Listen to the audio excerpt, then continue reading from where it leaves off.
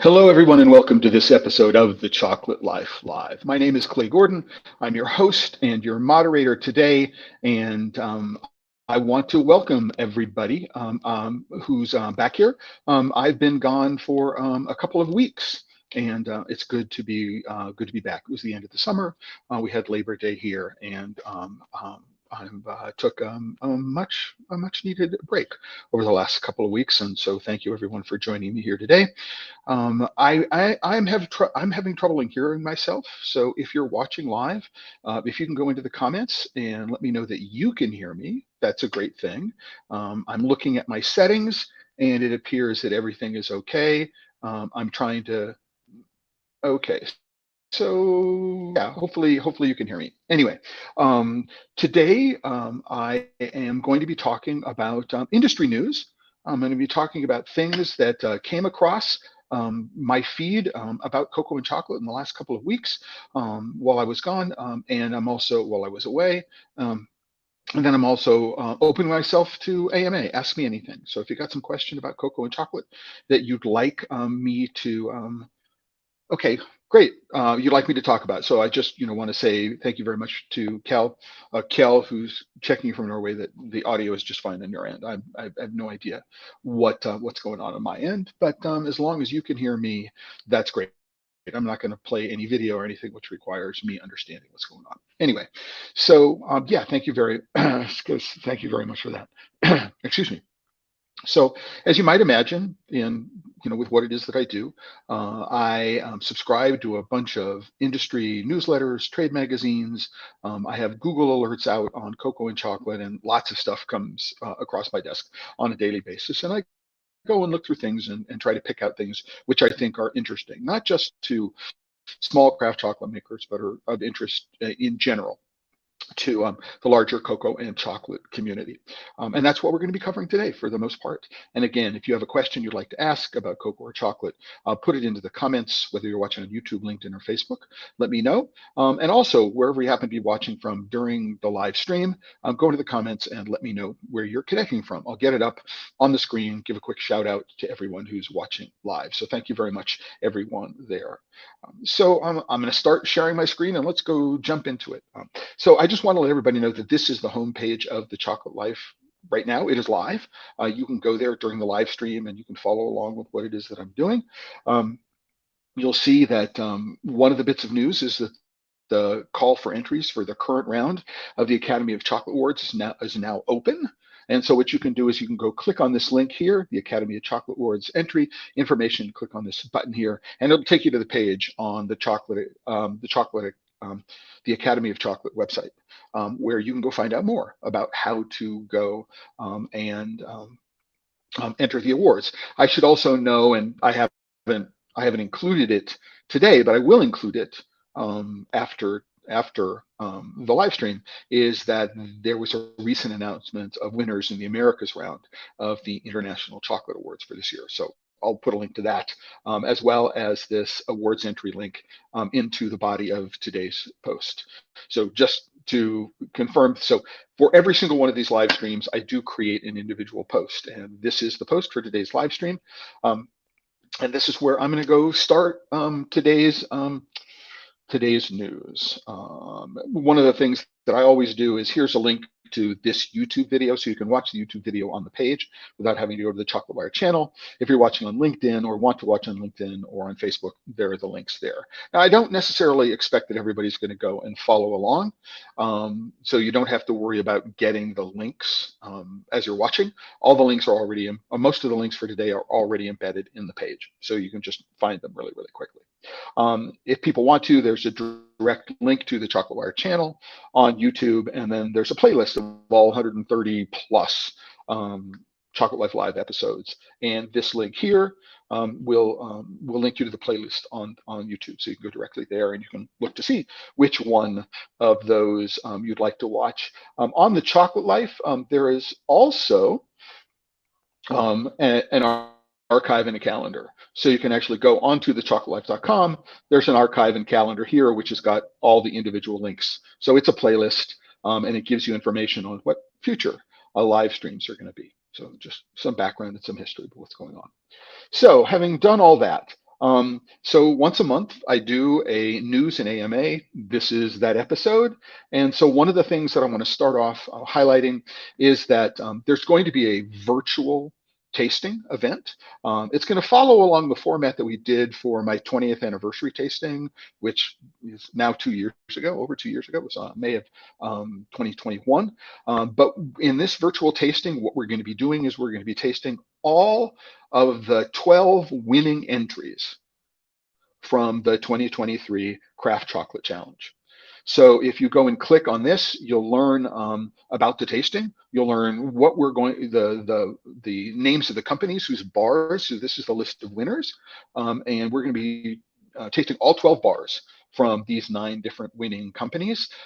And if you want to know more about the Craft Chocolate Challenge, you can go visit a live stream that I did with Dustin Cornett, who's the founder of the awards. You can also go directly to the Craft Chocolate Challenge website at the Chocolate Inn website. Chocolate Inn is a business that Dustin owns with his wife. And if you are a member of the Chocolate Life, there is a discount. Now, I sent the codes for free members and for premium members in the September newsletter. So if you got the newsletter, you will have the code. It is not in the member newsletter that's posted on the website. So go back to that newsletter if you want to purchase tickets. And if you don't have access to that newsletter anymore, you can just email me at member support. And what I will do is I will send you the purchase link. If you are not a member of the Chocolate Life, you can scan this QR code and you can go purchase a ticket. Right now, shipping is to the United States. And you can learn a little bit more by clicking on these and you get the FAQs of what we're going on. So the date is going to be Sunday, November 12th. I don't have a time on the 12th yet. It's just going to be Sunday, November 12th. And you'll be able to participate. When I did my 20th anniversary, we had somewhere between 20 and 30 participants. We spent something like 2 or more hours going through all of the bars. So we did a guided tasting. I sent out in advance some tasting notes, perhaps some pairing guides, things you might want to pair the chocolates with, beverages, so whether it's beer or spirits or wine. I did some of those things as well. So you can sign up. We'll get you the chocolate, and then we'll send you a PDF with all the tasting notes and all the other things. There might be some swag in the box as well, some special stuff that we're doing. So it's going to be a lot of fun. So Sunday, November 12th is the date, and you can purchase tickets. There is a limited number of seats. Well, I can get like 300 people in a Google Meet room, which is what we're going to be using. I will be recording it, and people who attend will be able to watch the video afterwards. So just a quick note, that video will be posted on my Google Drive, and you'll get the link to it. And so you can watch it afterwards and participate that way if you want to. So there'll be a permanent archive of the tasting, which could be fun. And so I'm really looking forward to being there and to be there with my co-host Dustin Cornett, who's the organizer of the challenge. And we're also going to be talking about the 2024 Craft Chocolate Challenge. So there's a lot of stuff which is underway for the 2024 challenge. We'll be announcing the schedule for judging and entries and all that kind of stuff. We may be adding a new and interesting judging category, which I think is really cool because I think it's the first time that any chocolate awards has been able to really focus on a category which I find has been missing and has always been frustrating for me. But you'll be able to find out all that information when you are a participant in the live event. So please go to the Chocolate Life, share with friends. If you are a Chocolate Life member, you can purchase, I believe, up to 5 tickets. There's a $25 discount per person, but you can purchase up to 5 tickets. We will ship to 5 people, 5 different people. So, or we can ship multiple kits to the same address, and you can have a gathering in your home. So, which is what somebody did last at the 20th anniversary tasting.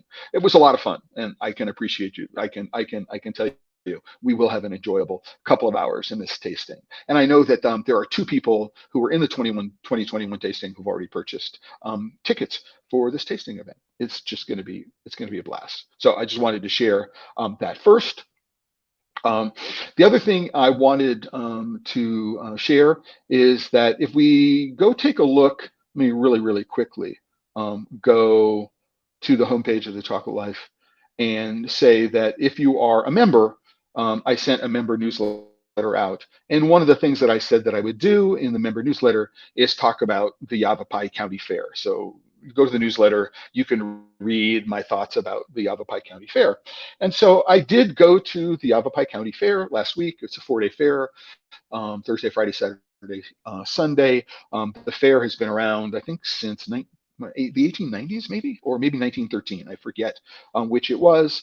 And if you don't, so I talked about my experience there and published a whole bunch of photos. So there's a whole bunch of photos about some of the livestock that I saw, some of the competitions that were there, and food concessions and some things going on in the Midway and the Fun Zone.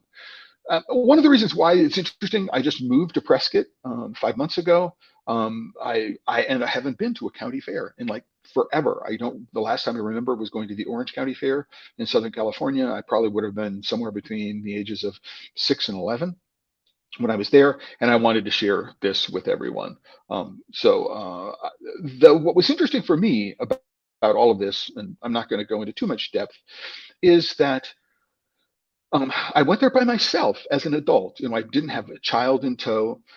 I wasn't involved in any of the activities. So I didn't have livestock, which was on display. I wasn't in any of the competitions, a fine arts competition. I didn't contribute anything to the fair. And therefore, as an observer, for me, I felt sort of personally disappointed. And the personal disappointment had nothing to do with the fair itself. Um, there were families there, kids were having a great time, adults were having a great time. It was just that I didn't have any connection to the fair. Um, and so I walked away with this feeling of disconnection. As I say, it's a small town. I've only been here for 5 months. I need to work really, really hard in order to be able to make the kinds of connections to become a part of the community. It's a little harder being from a big city like New York, moving to a small town like Prescott. But I'm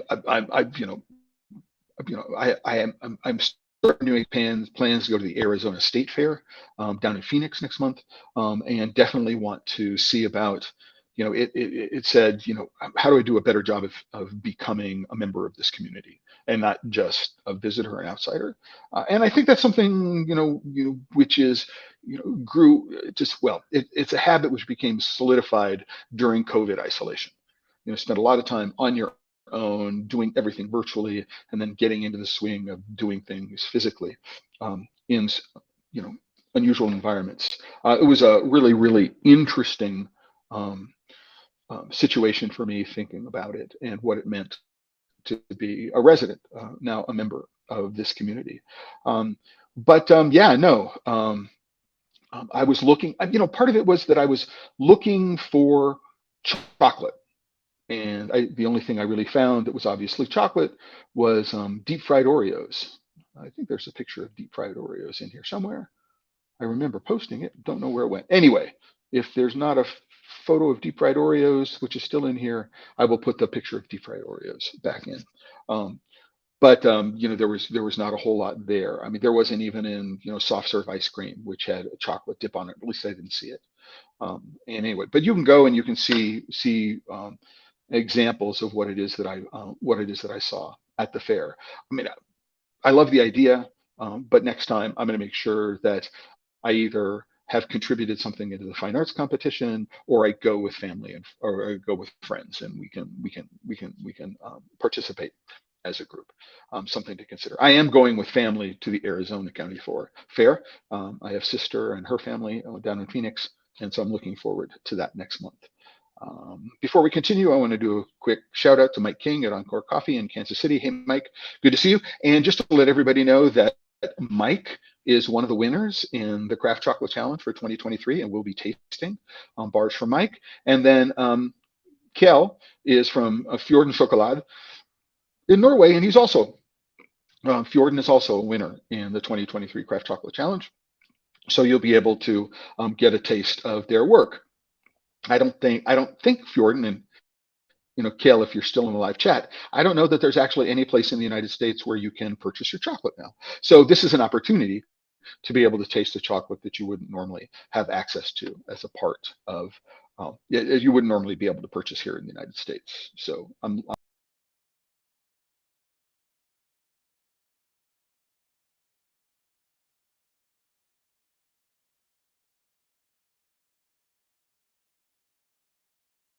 hey everyone, sorry for that. That was operator error on my part. I'm trying to do too many things at once, and so let's get back.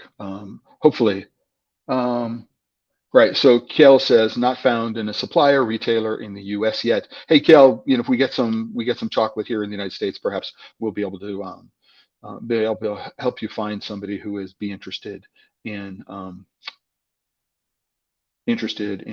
carrying it for you. So something to think about. Make sure maybe there's an extra bar or two that we can use to put in people's hands. In any event, really looking forward to the virtual tasting on November 12th. The deadline for purchasing tasting kits is the 15th of October. So just let everybody know about that. So the next bit of news just generally is that I organize an events and holiday calendar. So for every single chocolate food related festival that I could find or holiday that I could find, I'm listing it. So no matter where you are in the world, if you have a local holiday which is associated with cocoa or chocolate, or you have a local festival or conference which is associated with cocoa or chocolate, food related, somehow I will put it on this list. And so January, so doing the best I can. I'm also indicating when there are dates. So August 4th through 6th, Eurobean has passed, and so I'm going to update this and say that it's generally in the month of August, and we'll say 2024 dates to come. So we're here in September. So last weekend was the Dallas Chocolate Festival, and there aren't any holidays that I'm aware of that have to do with chocolate in September. But again, if you're in Norway, you're in Scandinavia, you're in Europe, you're China, you're anywhere in the world where you know that there's a chocolate holiday, let me know. And I will put it on this list, and I'm going to work to maintain them over the course of the year. I just want to let everybody know that October is the busiest month of the year when it comes to certainly festivals. So the 5th and 6th of October in Seattle is the Unconference, which is just before the Northwest Chocolate Festival. On the 7th and 8th, Euro Chocolate is taking place at the Umbria Fiere in Italy. It has been in Perugia in the past. It is no longer in Perugia. It's at the Umbria Fiere. It's maybe 50 kilometers away from Perugia, so in the same vicinity. It's probably the largest chocolate festival in Europe. So and I think that the new location at the Umbria Fairgrounds, the Fiere, means that it will be a more coherent experience for visitors than it was when it was scattered around the downtown of Perugia. I went to this festival in 2009, 2010, so Euro Chocolate. And I'm interested in getting back so that I can see what it's like. Now, the last weekend of Euro Chocolate is the weekend of Chocolate Portugal, which is in Porto. I was there last year. I may be there again this year. I don't know. I'm hoping to be. The next week in London, there's something called the International Cocoa and Chocolate Forum, which is organized by a group called International Cocoa Diplomacy. I am doing my best to be there in October, still working with the organizers. So as we talked about, I think I mentioned it in one of the last episodes, International Cocoa Diplomacy is a nonprofit in the UK, and the goal of the organization is, I think that one way to think about it is to fill a gap between organizations like ICO, the International Cocoa Organization, and the World Cocoa Foundation, which are quasi-governmental, or only governmental agencies can really be involved in World Cocoa Foundation, which is, for the most part, very large members of the cocoa and chocolate world, and smaller local groups. But with the focus on how do we, or how does ICD, how does International Cocoa Diplomas Organization support diplomatic efforts, so literally diplomacy, to help address a lot of the systemic issues which are associated with cocoa and chocolate, whether it's climate change, deforestation, illegal labor issues, supply chain traceability. But thinking about how diplomacy might work, straddling private companies and regulatory bodies in the EU and the United States, and places like that. So I think it's a really, really interesting organization. They've asked me to become involved. I would be there to moderate some of the panels. That's the goal anyway. I'm hoping I will be in London to be able to do those things. And then at the same time, we're also going to be discussing membership. So one of the goals with ICD from a membership perspective is we want to be able to enable and facilitate um, individuals who are fans of chocolate to become diplomats.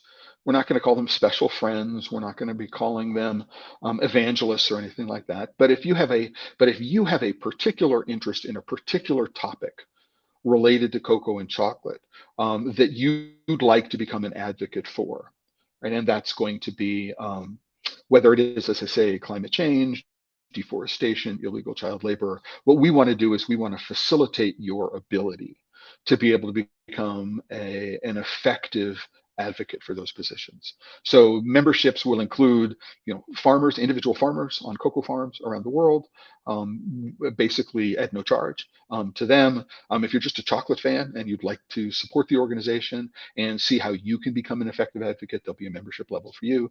This is not just for big chocolate or big companies. We're really, really looking to be able to work at all levels. We're also, I say we, again, they've asked me to become involved. We're also looking at a set of international um, cooperative partnerships with research institutions, and not necessarily research institutions that are focused on agronomy and agricultural practices, although that will be done as well. But looking at how do we engage with the economics departments, the international development departments, mathematics and statistics, and other disciplines which are not normally considered to be a part of the how do we move the ball forward addressing these systemic issues. But we do want to engage in a bunch of really, really different levels and grow a very, very large and vocal community and be able to support advocacy at a different level, diplomacy at a very different level. So I'm really, really looking forward to that. And I'm going to put this save the date card. It's October 24th through 26th. That's in St. James's in London. I want to let everybody know that I'm going to be providing a link to purchase tickets on Eventbrite. So look for that as well. So it's coming. We're looking for everybody who is in the area who wants to participate to be available to participate. And if you are a chocolate company, if you are a larger chocolate company and like to become a founding member, you can contact me, and I'll let you know what founding membership in the International Cocoa Diplomacy Organization is all about. And we can, what one of the things that means is if you're there in London, we're going to be having an organizational meeting. And as part of that organizational meeting, the founding members will be able to help determine the initial direction and future and organizational structure of the nonprofit organization, International Cocoa Diplomacy. So really looking forward to that um, in October. It's also that I haven't traveled in a while, and so I'm looking for it. So the last time I was outside the United States was last October, and so I'm looking forward to traveling again. Also like to let people know that I'm involved on the advisory board of a startup company. One of the other advisory board members is a woman by the name of Laurence Kootenay. So if you're in Belgium, you're in Europe, you're watching these things, and you'd like to take a set of master classes at the Art of Chocolate in Brussels, There is a description of what the classes are. And there are a set of classes which are happening in the month of October. As I say, October is a busy month. And so what you can do is you can look at the final program, which is this is the classes which are available on the 11th and 12th. And you can go and find out what classes are available and how much they cost. Right. And you can do that. I've known Laurence. I mean, I've met her on a number of occasions. We had a virtual advisory board meeting last week, I think it was, and that was the first time that I learned that Laurence was on this advisory committee with me. And it's a pretty interesting project. And when we have an opportunity to talk about it, I will be able to talk about it publicly, but not quite yet. And but I wanted to be able to support the other members of the advisory committee. So I just want to be open about and disclose what's going on. So we're not quite halfway through. What I'd like to do is I'd like to remind everybody, if you're watching live, whether on YouTube, LinkedIn, or Facebook, you can go into the comments and you can let me know where in the world you're connecting from. I don't need to know if you're connecting from YouTube, LinkedIn, or Facebook. I can see that in the comment stream, but let me know where in the world. I'll get a shout out onto the screen and say thank you very much for joining me here today. Also, if you have, this is in addition to a news roundup, it's an AMA, ask me anything. So if you have a question about cocoa and chocolate, please throw that into the comments as well, and I will take care of it. Well, I will try to answer it. And if I can't answer it live, I will put it up on the Chocolate Life and let you know that there is an answer posted. All right, part two, the second half of today's episode. So I've gotten through the things that I wanted to highlight when it came to the news that's come across. There are some things which are just food in general, some things which are specific to cocoa and chocolate. Well, let's run through them. The first one is some news. The FDA says that hydrogenated oils are no longer generally recognized as safe. So we know that hydrogenated and partially hydrogenated oils have negative health consequences. Hydrogenation can lead to an increase in trans fats, which are not good.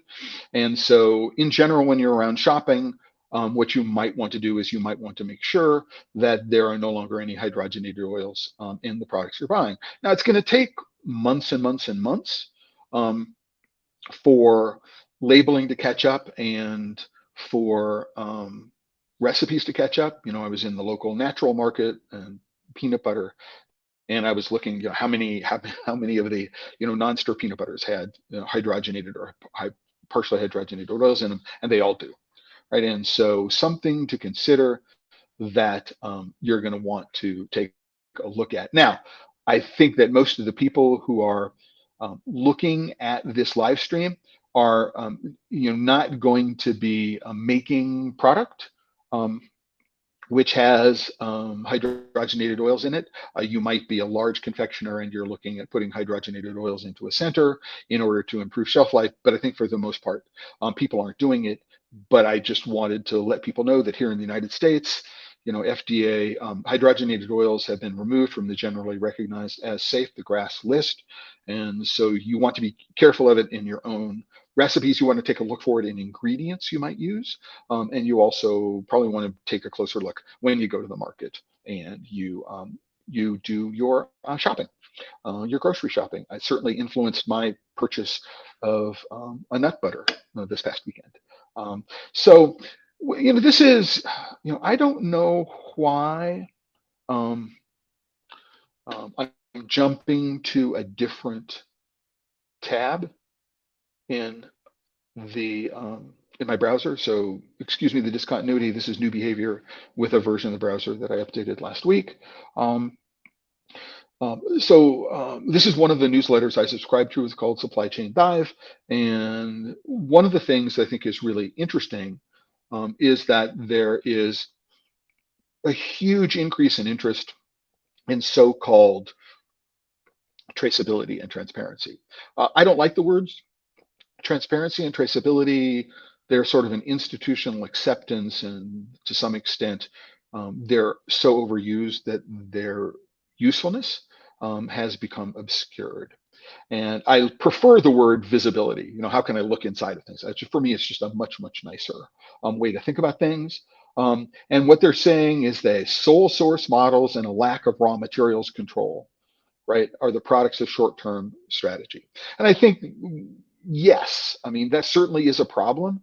That what happens is that you might look at, so most traceability chains, most traceability programs are siloed within an individual company. So Barry Callebaut has their traceability chain, and we don't know how open or not it is. Now, I believe that Barry Callebaut is behind what Tony's Chocolate Only um, um, touts as their open chain.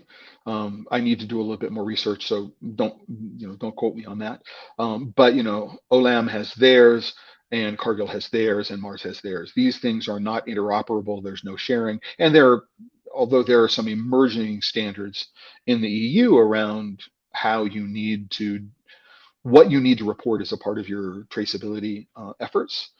There are no standards around reporting, and that's a real challenge. And so the fact that you have all of these supply chain tools which are independent and aren't interoperable, and there are no standards for them, is a problem. And you may remember that if we go back to the last live stream, which was about greenwashing, and about woke washing, there's this short-term strategy. So are people using language around transparency, traceability, and sustainability, so sort of wrapping themselves in a cloak of virtuousness, when in fact they're not really delivering what they say they're going to be delivering in terms of um, actual results?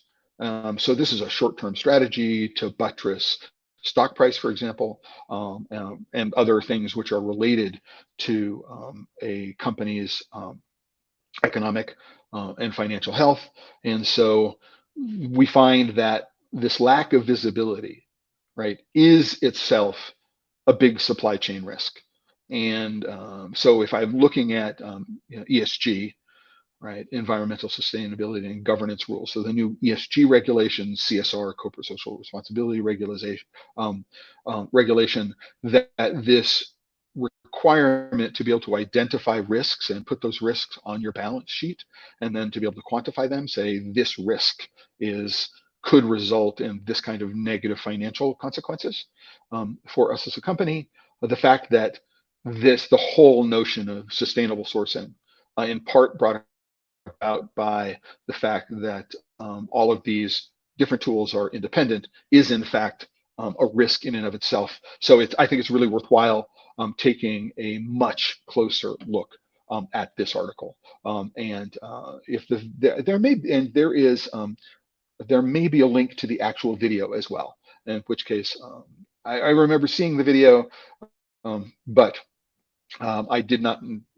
If I don't know if there's a link to it. If I can find a link to it, I'll put it in the post for today's live stream.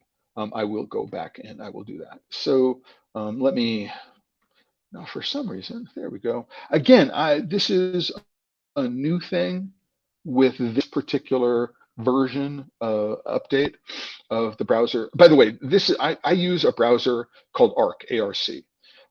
I used to use mostly, it is a Chrome fork. So if you're really dependent upon plugins and extensions for Chrome, they'll work automatically, everything you've got installed. But the user interface and the user experience of Arc is just so superior to any other browser that I've ever used. And I go all the way back to NCSA Mosaic in 1993. So that was the first browser that I ever used. It was one of the first commercial browsers ever available. My experience is that the way Arc is organized and allows you to organize your work is just hugely amazingly wonderful, and I can't recommend it more. So you can go to search for Arc browser, your favorite search engine, and go and install it, and it will import all your bookmarks and everything from whatever browser you're currently using. So as I say, but just they update it every week, so every Thursday there's an update, and sometimes it's there are some differences in behavior from version to version. And this is one that I'm seeing. But I think this article about sustainable sourcing, um, because of the fact that all of these things are, for the most part, independent, there's no interoperability, that in itself, this becomes a supply chain risk that companies have got to address. And as a matter of fact, it's one of the things that we've been talking about in the organizational meetings for international cocoa diplomacy. Are there things from a diplomacy perspective that we can do to help people understand what supply chain tools need to do? So something I've been working on for years, and I'm looking forward to continue that work and perhaps be a little bit more effective. I also want to um, say that at the Heritage Radio Network, people who've been following me for a long time may remember that I used to have a program on the Heritage Radio Network called Straight from the Source. This is probably around 2012, 2013. But in um, this particular podcast series called Spill and Dish, which is organized by the Specialty Food Association on the Heritage Radio Network, there was a really, really interesting episode which featured Sean Eskenazi of Eskenazi Chocolate. People who know me know that I'm a huge fan of Sean's. I've known him since I met him in person in October of 2005. Wow, 18 years next month, and was with him on his first trip to origin. It was Ecuador, and first trip to a producing country, Ecuador, in 2005. I think he does amazing work, and you might want to go take a look at this podcast, because I think it covers some really, really interesting topics that you're going to want to know about. If you're not familiar with Sean, if you're not familiar with his history, if you're not familiar with the brand, proposition, what it is that drives Sean's, what it is that he's doing, this might be a really, really good place to start. I'm also going to put a link to his book. If you don't know his book, Meaningful Work, which he co-wrote with his daughter, Lauren, I'll put a link. It'll be an Amazon affiliate link into today's live stream post. If you're interested in purchasing the book, it's a fabulous reference. And I was proud that Sean asked me to help participate in some of the editing aspects of it. He published a table of all of his cocoa bean purchases from like 2006 until the book, or 2007 until the book was published, and I worked with him on how to present the numbers that are in the table to be able to tell the story in an effective way. And I was just honored that Sean would reach out to me and ask me to help him do those things. Do those things, to go and edit that aspect of his book. I mean, I've done an interview with him. I can put a link to the interview that I did with him. It was very early on, before I started the Chocolate Life Live series. And I'll put the link to that in here as well, so you'll be able to find it. He's just really, really fabulous, and I am just happy and proud to be able to call him one of the longest standing friends I have in the cocoa and chocolate business. And the chocolate he makes is really quite good as well. I mean, there are things in there that just really stand out in terms of the chocolate, in terms of craft chocolate. And so, if you don't know his story, you should know his story. You can listen to this podcast. I will put my interview with Sean in as well, and to his book, and I will get that done this afternoon. So in a couple of hours after the live stream ends, those links will be in this post. So again, I subscribe to a lot of industry newsletters. One of them is Candy Industry, which is in the United States. It's published, I think it's in Chicago. And what I wanted to say about Candy Industry, there's another post. They post the 100 largest chocolate or confectionery companies in the world. They've got one which is there's a link to it in the post for the 60 largest companies in the United States, I believe it is. But when they talk about state of the industry, what are trends, what's going on, what are people looking for, it's worthwhile taking a look through. And if you're a craft chocolate maker, you may say, oh my gosh, Kinder, it's owned by Ferrero. Ferrero is part of the big chocolate world. Why do we care? right? It's because these big one of the reasons why, there are many reasons why we should pay attention, but one of the reasons why is these big chocolate companies have more money available to do market research, more money to think about what trends are, and then each individual one of these companies has more budget than most chocolate makers make in an entire year. And so looking at what the industry is saying about them, looking at how they're presenting themselves, can provide some insight into what flavor trends you might want to follow. You're looking at perhaps your texture and format, those sorts of things. And so I think it's really useful to be able to go in and take a look at what people are looking for. Innovation. Innovation. There's nothing about this which is, Kinder. There's nothing about this which is innovative, right? It's just we got the same basic format and we're tweaking the format and we're changing the flavor. But what are the trends that are driving these changes are interesting, all right? And how can you use them in order to inform what it is that you're doing as a craft chocolate business? So I think that's really important. So this whole thing is talking about the chocolate category as a whole showed growth, right? Okay, that's interesting. It's somewhere over between 100 and 200 billion dollars, depending if you also include ice cream in your definition of confectionery, chocolate confectionery, ice cream and cakes and things like that. If you don't, it's the lower number, 100 and some odd billion. If you do, it's the 200 billion number. So novelty chocolate sales have declined. So that's sort of interesting to think about. And they may go into more detail about what novelty chocolate means. I don't remember exactly, but let's say that I had this. So they mentioned Mars, Wrigley's, M&Ms. So what would a novelty chocolate be? So maybe I did a Pop Rocks M&M. That would be a novelty chocolate in my mind. But they're saying that this whole class of novelty chocolates is declined while the overall category has shown growth. And so what that suggests is that you may want to look for more conventional flavors, more conventional inclusions, more conventional formats, rather than looking to do something which is just odd, um, just for the sake of doing things. Now, you can get really odd. For example, David, I forget his last name, um, David Briggs of Chocolat de David in Portland, Oregon, for many years did a pig's blood ganache.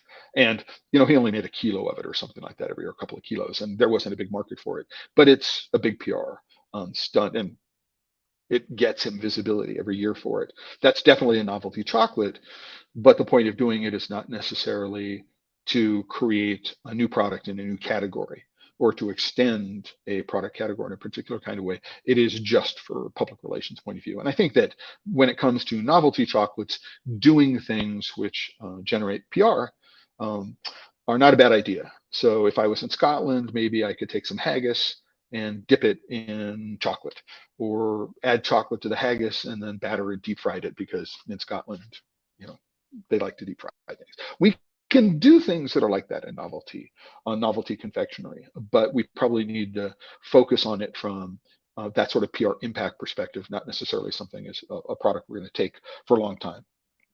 So again, anytime you can get a set of statistics. So I would go, this is Candy Industry. They publish this, right? As part of they publish aspects of this in terms of their top 100 and top 60s, sweet 60s. But for example, you can get, so chocolate candy in a box, a bag, or a bar, right? Which weigh under 3.5 ounces, right? Is worth $7 billion just on its own. So Hershey's chocolate, just Hershey's, you can see what M&M's is worth. I mean, you can get an idea for how big some of these products are and what they're worth. And so it's worthwhile just saying, wow, what are people buying? And you can go, oh, maybe there's a flavor here. So one of the things I might look at this and I would say chocolate covered malted milk balls, right, are a big category. So maybe I want to do my own take on something like that. That would be something you might be able to get from this. Whoppers is worth $50 million. All right. Not very much, right? But it is a category. So worthwhile to go take a look at this. We'll find for some reason they're, why are they featuring Norman Love as a part of this? I mean, I've known Norman, gosh, probably since 2003, 2004, my involvement with the World Pastry Forum and the World Pastry Team Championships. He's a great guy. He does great work. When Godiva went out and wanted to hire somebody to create the new G line for them, which basically resurrected the Godiva brand, at the time, they hired Norman to do it. He does great work.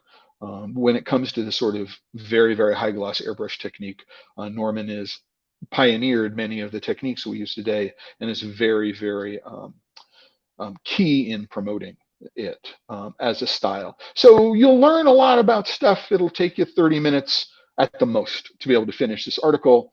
And so I would go and say, what can you learn about this that you can say, okay, knowing that, you know, the overall category is going, knowing that novelty chocolate sales are in decline, and that consumers are interested in premiumization.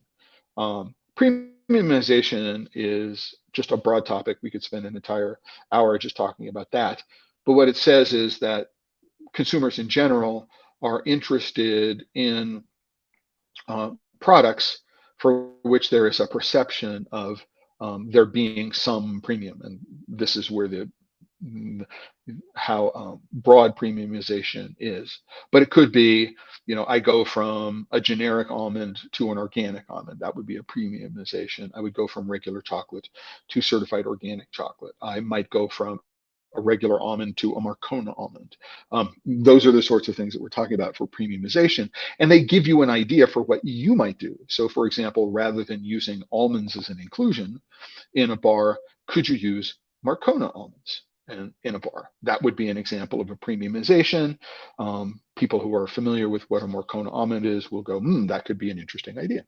Just something to think about. A great article from that point of view, just to go and say, what, are there things which are mentioned in this article which I can take away and use in terms of my product development plans for the future? Really, really interesting kind of topic, and I need to figure out what's going on with this.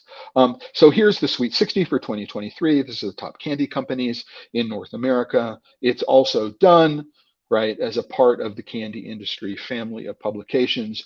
What we can do is we can learn who the companies are, and we can find out based on category who they are. I would also go down to the bottom because I'm interested in this. And I'd say when I go down to the bottom, and by the way, 60 companies, most of these I've never heard of before, that the 60th company, right, on the list when it comes to just the confectionery sales of the company. Some of these may do bakery as well, other things, right, is $19 million, which I think is interesting. The Candy Industry 100, which is global, the 100th point, or the cutoff is at around $100 million. So we can get a good idea. But hey, Rocky Mountain Chocolate is so. This is interesting. Vosges Haut Chocolat is a $32 million company in sales. It gives you a good benchmark. Ganong's from Canada. Hey, listen, if anybody has been in Canada, go to St. Stephen, New Brunswick. It's one of the largest, oldest candy and chocolate confectionery companies in Canada. They have a product called Chicken Bones. It's actually a hot cinnamon straw, which is filled with, I think, chocolate liquor or very, very dark chocolate. Yum. I mean, one of my favorite Canadians. Chocolove is a $54 million company. I mean, you can get an idea for just how big some of these companies are. And I think it is really, really interesting to go. So just here, American Licorice Company is the company that just purchased Theo, right, out of Seattle, or is in the process of closing that deal. So American Licorice, so they may be a bigger company next year. Right. And so you can figure out. So Seas is on the list at $400 million. You can see that it climbs. I've never heard of Dulces de la Rosa. They're in Mexico. So they're talking about North America. That's why.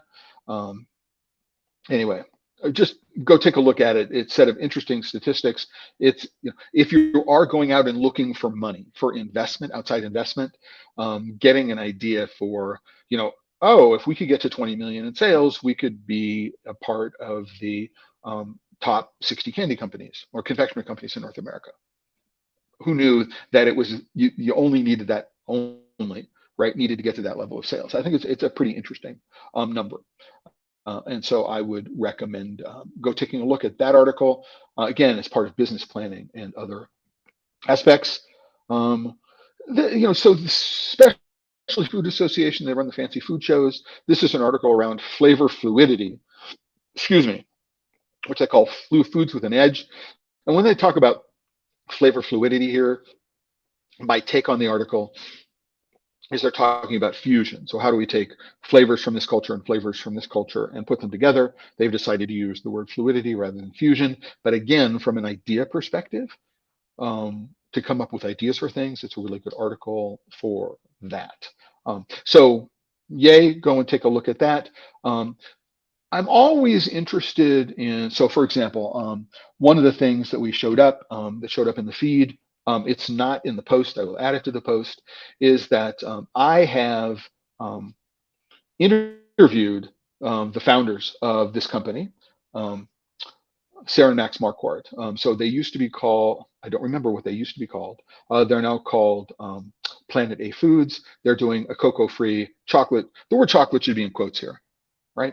But one of the things that these companies know is they need to have partnerships with companies that produce products. So their chocolate equivalent or chocolate replacement product, chocolate substitute, whatever it is you want to call it, is used in retail products. So they've announced.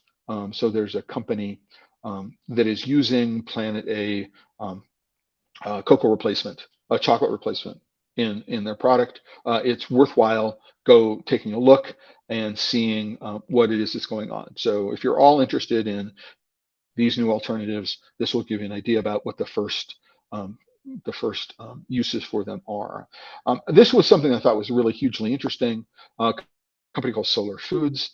What they're doing is they're using tailored fermentation and basically using air in conjunction with fermentation electricity to be able to produce protein.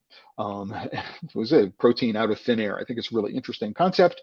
But they're also introducing an ice cream, which is fortified with this protein. Now, it's really important.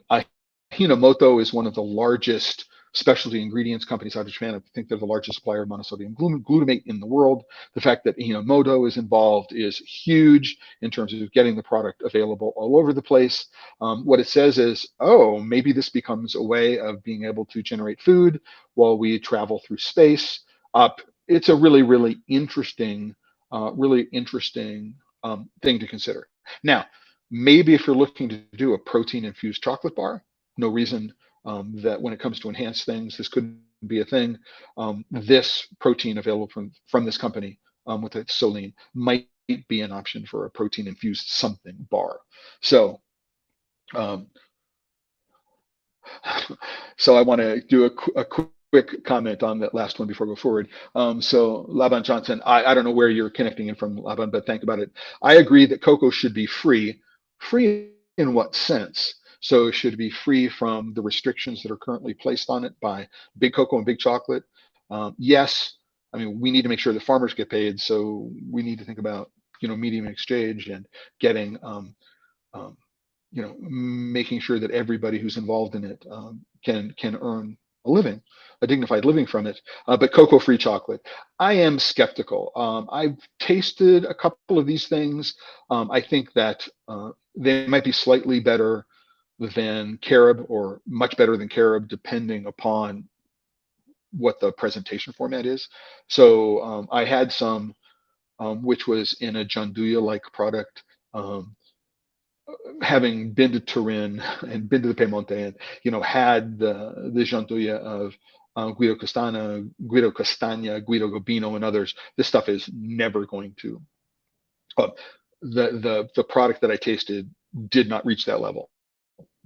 I wouldn't have been. I was not impressed by it. But if you're looking for something which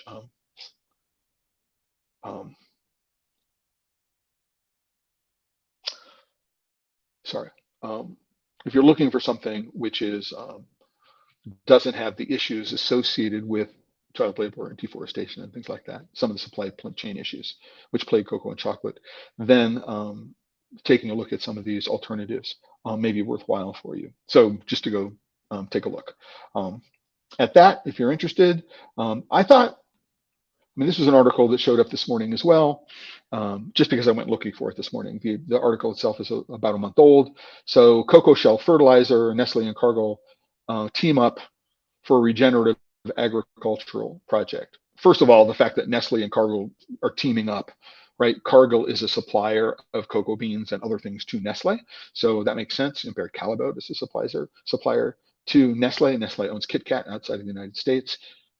Nestle uses Barry Callebaut chocolate for many of the Kit Kat products in Japan, especially.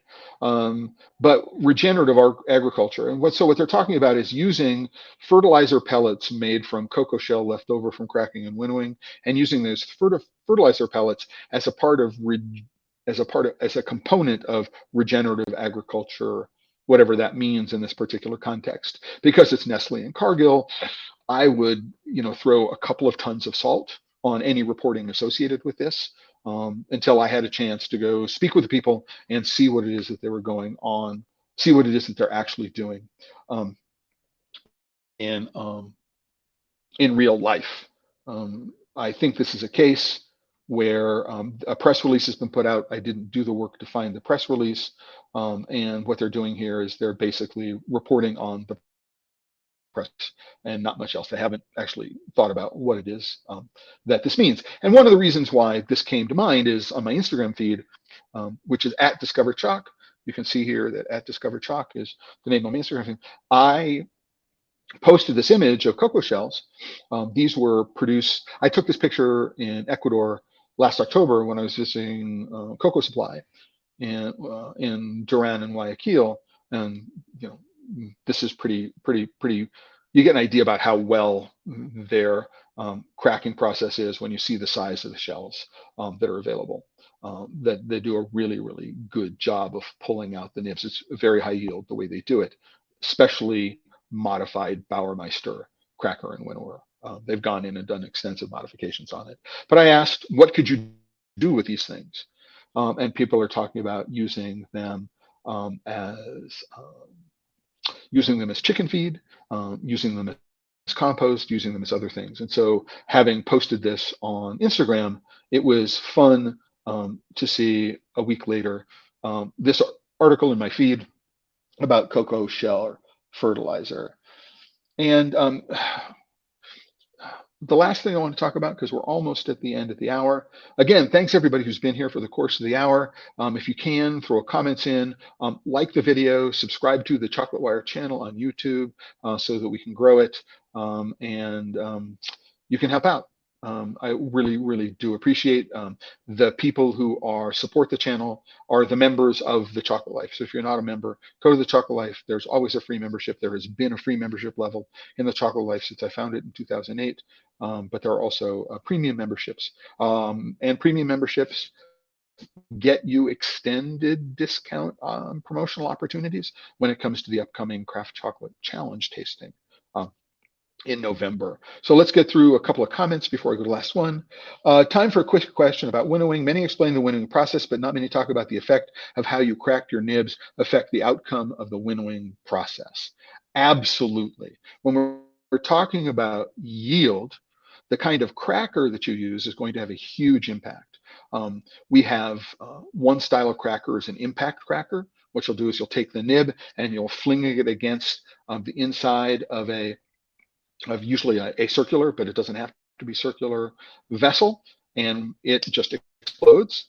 And depending upon how that cracker is constructed, you can get a higher yield than you would with a cracker, which basically is two rollers. And what happens is that the beans go through the rollers. A Frankenstein is a good example of that, especially a Frankenstein where there are no adjustable gaps. And so the crack is different based on the size of the beans. right? Because you can't adjust the gaps. People are using a Champion juicer as a cracker. It has um, a different action on it, and so you need to be very, very careful about the how the well, no, the kind of cracker you have affects the yield for the yield of nib that you're going to get from a kilo of roasted cocoa beans. So it's really important. I mean, one of the things about what Cocoa Supply has done, which is really interesting, is that they have a relatively short high temperature puff roast. So the beans come into a roaster um, where the goal is to loosen the shell. And that happens before when a cracking and winnowing takes place. And so and the whole system is optimized for being able to crack beans that are not completely cooled. Again, this is an unusual kind of thing, tends to be an industrial scale thing. Most people aren't big fans of them nib roasting, but if you have a small batch nib roaster as opposed to a continuous roaster, and you can very carefully control the temperature roasting, you can do a good job of creating tasty liquors from it.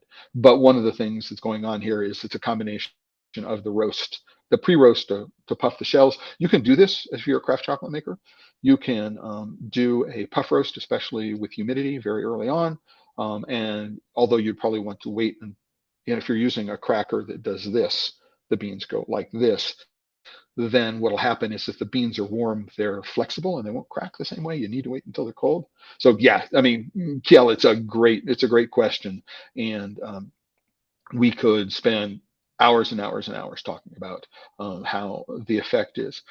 And you do go on. It's harder if the cracked nib variety varies a lot in size. Absolutely, from very small pieces in the husk from half a cocoa bean. And so, yeah, no, absolutely. What you so this is there's a lot of physics that's involved in this. The geometry of the chamber, the geometry of the heads, what the whole process is, right?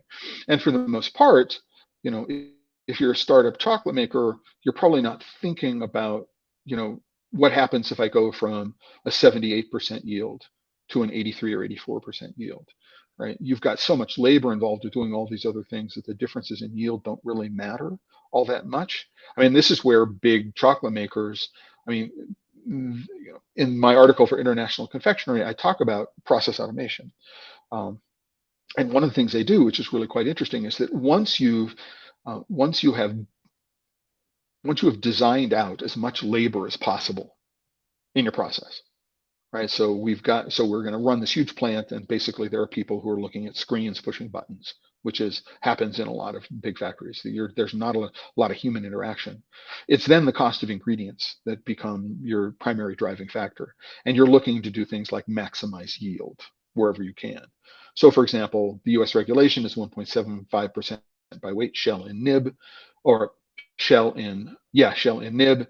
An industrial chocolate maker might want to push that to 1.72%. They want to get as close to that as they possibly can, because it's worth perhaps hundreds of thousands of dollars over the course of a year.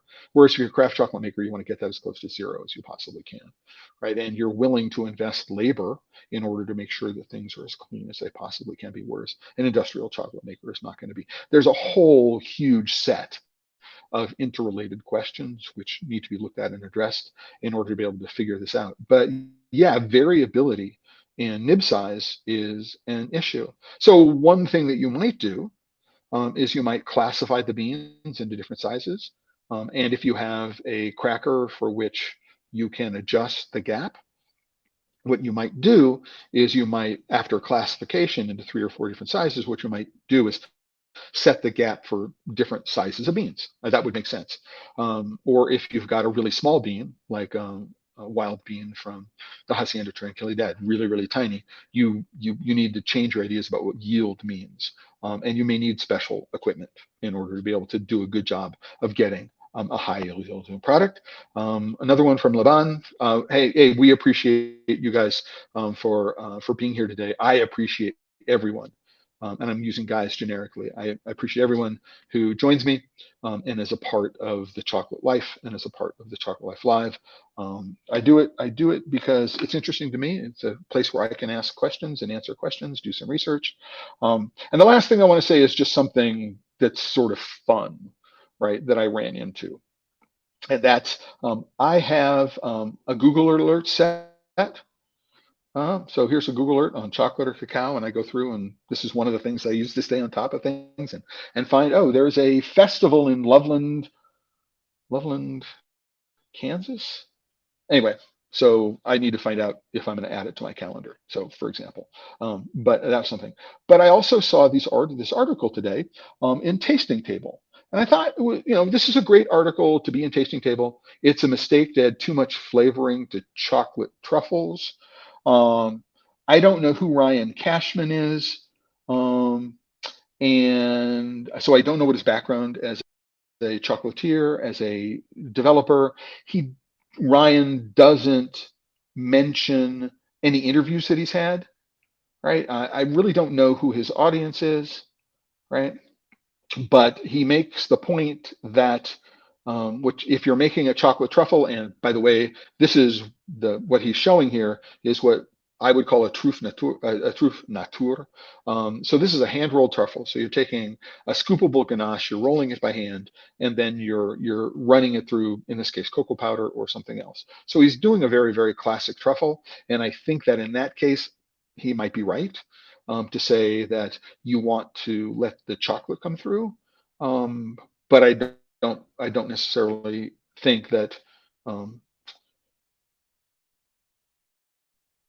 you shouldn't have a lot of fun playing with lots of really interesting flavors and doing lots of real outrageous things with this style of truffle. And he's talking about truffles as opposed to bonbons, and there's a whole language thing going on there. But this is Tasting Table. I mean, it makes sense. But again, I can find out who. Oh, I can find out who Ryan Cashman is, what his background is, maybe. Um, so he's in New Hampshire. He's a writer, right? He's influenced by Jamie Oliver and Julia Child, and he's a journalist, but he doesn't appear to have a whole lot of experience in the kitchen. So not sure about why Ryan is um, qualified to write this article. But what I thought was really interesting is the same article showed up in Yahoo Sports. And I'm kind of wondering, I'm kind of wondering why Yahoo Sport saw fit to publish this article. It's the same article, same images, all that other kind of stuff, but why Yahoo Sport?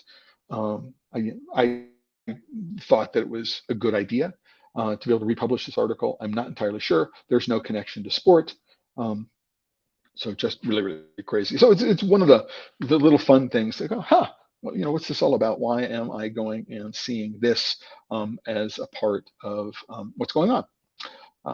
And it's one of the reasons why I love the research that I do. So we're at the end of the hour. Thank you very much. We're running a little over. Thanks everybody for joining me today. I just want to point out, this is the homepage of the Chocolate Life. You can go there. You can go to this post here, the news roundup post. You'll find the links, everything that was posted today.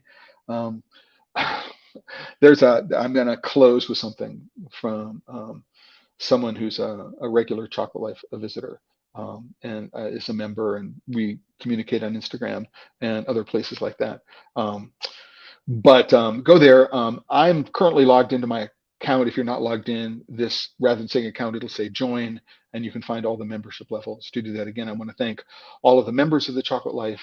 They're the sponsors of today's video, and you can help by becoming a member, by becoming a part of the virtual tasting in November, by liking and subscribing to the Chocolate Wire channel, and telling your friends about it because you think it's interesting and you want to be able to support the mission that I'm doing here. So last thing I want to talk about, again, is from Opening Chocolate. It's a comment, and she's talking about the sport of chocolate tasting. All right, if there is in fact there is competitive eating, and I've seen competitive eating events that focus on chocolate. So is competitive eating a sport? Perhaps.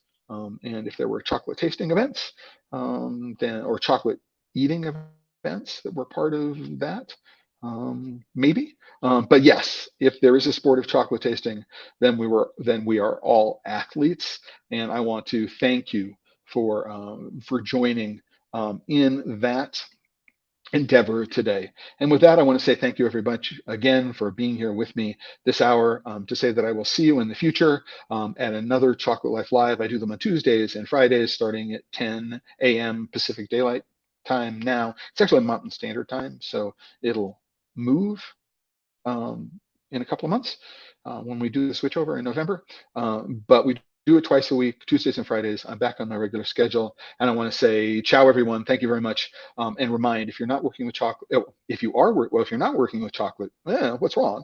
But if you are working with chocolate and you're not having fun, you're doing it wrong. Until the next time, everybody,